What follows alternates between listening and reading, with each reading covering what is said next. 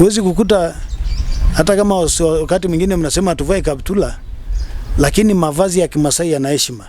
Huwezi kukuta msichana wa Kimasai maumbile yake anaonekana kama ya Waswahili. Au mama mzima na mvi zake anatembea na nguo zimembana mpaka maumbile anaonekana. Mwanamke wa Kimasai awe mnene awe mwembamba huwezi kumgundua.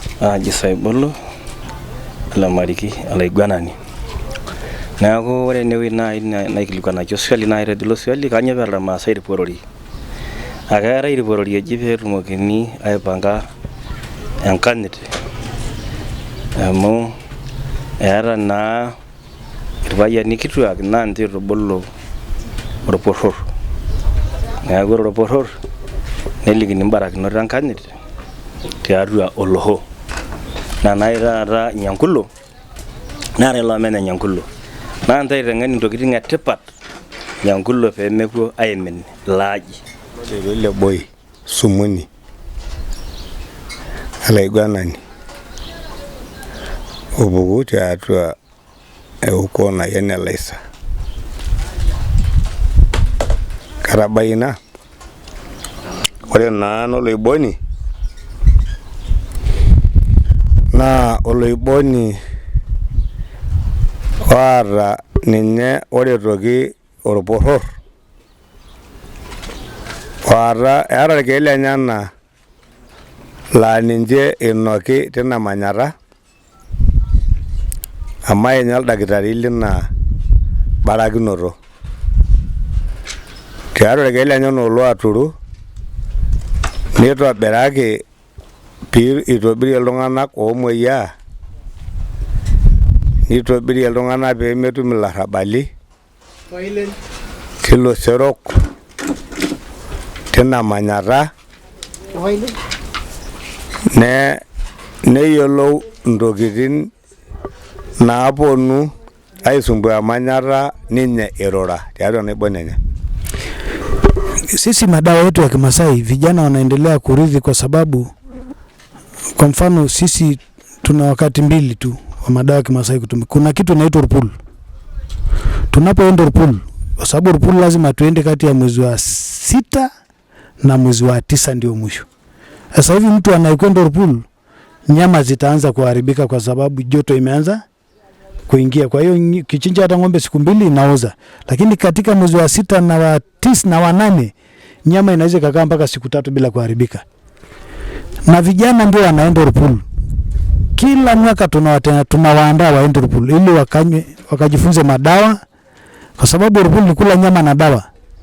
Na wanatoka kule wamekuwa na nguvu kuliko wakati mwingine wowote. Aramahan newe era para Maasai era para Maasai na manat. Ore na manat na wiri na mayeniki irmuran. Rawa be na rara na unoto na mayani loporor. Nagaluni si altung'ani ojo alaunoni. Ore apa alaunoni naa oltung'ani taini enkishui enye tenkaraki loporor. Neretu enapa orkipeet alaunoni oipokieki loporor. Neeku emini apa irmaasai ajo tenelo naaji neya alaunoni etanapa duo neeku etu alaunoni lilo porror neeku sininye apa ilo porror. Ore ninye apa peedeki alaunoni ake wei apa ine nepuoi apuo amayianie iltung'anak netanapieki ntokitin kumok emila irmaasai. Kwa sababu tunu ni vitu muhimu ambayo huwezi kuondoa, napenda isiondosheke na iendelee kuwepo milele. Kwanza vazi letu. Mavazi yetu haya ni tunu. Sababu tunaipenda, tunaiheshimu. Lakini hata hii ni tunu. Rungu ya Kimasai ni tunu. Hawezi kupewa mtu hovyo hovyo. Na ni kitu ambayo tunadhani haiwezi kuisha kule tunapokwenda. Tunaridhisha vizazi na vizazi. Lakini kuna maeneo mawili muhimu sana ambayo ni tunu matatu ya Kimasai. Kwanza eunoto. Kuna kitu inaitwa eunoto. Eunoto ile haiwezi kuisha Masaini. Ukishatoka eunoto ni stage ya vijana, lakini hata kuingiza vijana jando haiwezi kuisha. Ni tunu ambazo tutazienzi. Jando, eunoto, orengeher. Orengeher ni vijana wamefika sasa mwisho, wanalala, wanakuja wengine wapya, wanakula nyama, wanakuwa sehemu ya wazee wadogo. Ili wazee wakubwa, kwa sababu ikifika mwaka 25, huyu mzee ambaye umemwona yuko hapa ameingia, tutawastaafisha. Alafu hao makurianga sasa tunawapandisha. Kwa hiyo maana yake kila stage baada ya muda wanastaafu kwa sababu wanakuwa wazee, alafu tunawapandisha wale wazee wadogo. Hizo ndio mambo ambayo haiwezi kuisha. Faida na ara Malaigwanak ailara marak liarena jamii nyara Maasai tiatua nchidai naati atua iltung'anak omigogoroni paa ninche oibooyo. Mchokuta Lami ni kiongozi wa jamii ya Kimaasai.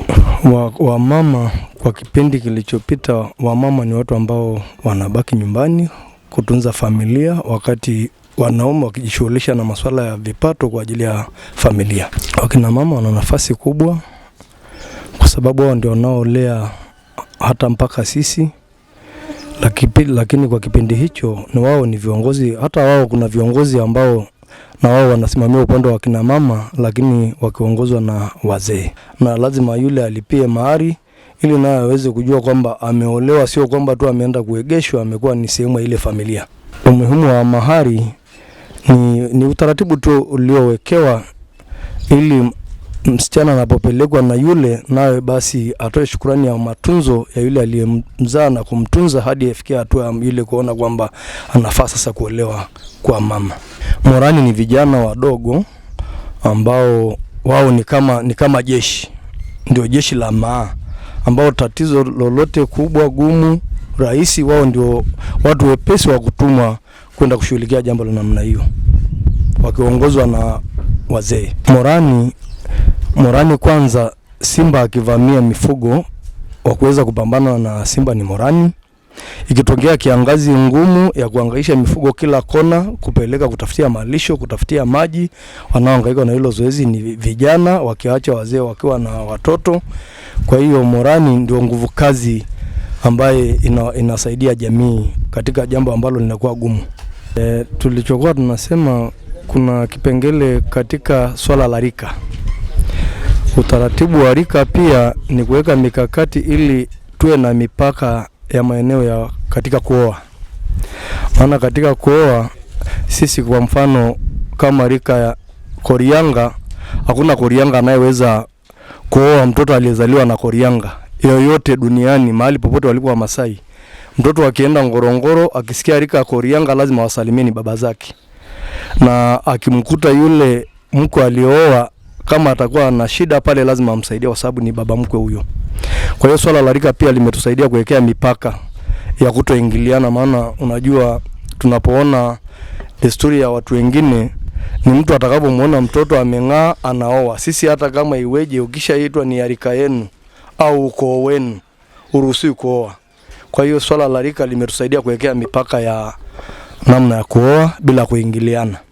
Maana wanaweza wakutana bila kutambuana.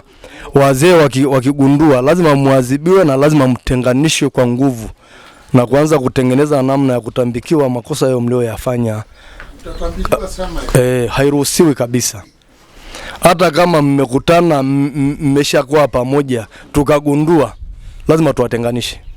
Na lazima hatua kali zichukuliwe, na ndio maana unatakiwa kabla ya kuoa unamuuliza wewe ni nani? Wa nani? Wa ukoo gani? Wa rika gani? Ukishajua ni akitaja kwamba ni rika ya saizi yako, unamwambia wewe unanisalimia kwa sababu wewe ni mtoto wangu. Kama ni ukoo moja unamwambia wewe ujue kwamba ni ndugu yangu lazima unisalimie. Kama ni ukoo mwingine ndio sasa uweze kuzungumza naye kwamba ninatamani kuoa. Sasa mnakubaliana, lakini sio kukubaliana kuchukua tu, lazima muende kwa wazazi. Mkajitambulishe kwamba nimemwona msichana fulani natamani kumuoa, Tena sio wewe, baba yako ndio anakwenda, mnatengeneza utaratibu ambao mnafahamiana, mnatambuliwa, baadaye ndio mnaruhusiwa kuoana. Asante.